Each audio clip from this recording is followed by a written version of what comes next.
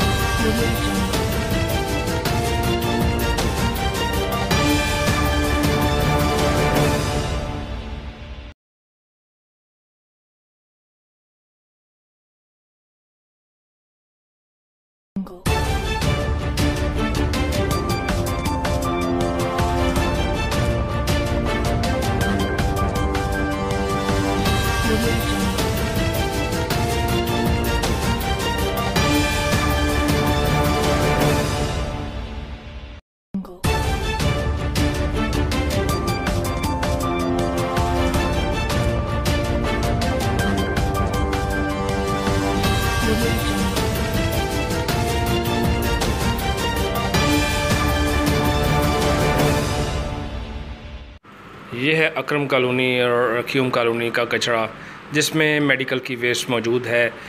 इसका होना एक सवालिया निशान है।